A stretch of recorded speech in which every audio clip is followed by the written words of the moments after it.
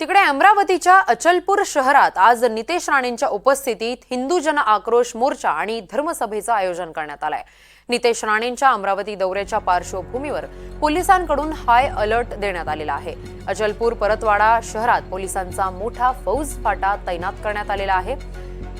परतवाड्यासह अमरावती ग्रामीण क्षेत्रातही जमावबंदी लागू करण्यात आली आहे। 30 सप्टेंबरपर्यंत अमरावती जिल्ह्यात जमावबंदी असणार आहे। राणेंच्या दौऱ्यामुळे तणाव निर्माण होऊ शकतो। पोलीस अधीक्षकांचा जिल्हाधिकाऱ्यांना गोपनीय अहवाल देण्यात आलेला आहे।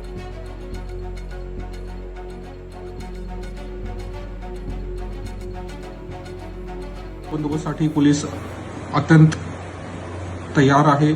याच्यामध्ये पोलिसांनी जवळजवळ 150 पोलीस ऑफिसर्स यांना तैनात केलेले आहे।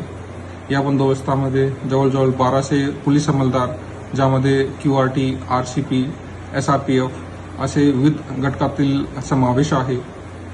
तरी या माध्यमातून माझी सर्व जे अचलपूरवासी आहे किंवा परतवाडावासी आहे सर्वांशी निवेदन आहे आणि सर्वांना आव्हान आहे की याच्यामध्ये आपण कोणताही अफवा किंवा र्युमर आहे त्यांच्यावर विश्वास ठेवू नये आणि सोशल मीडिया याच्यावर जे आहे कोणताही आक्षेपार्ह व्हिडिओ किंवा क्लिप जे आहे ते व्हायरल करू नये।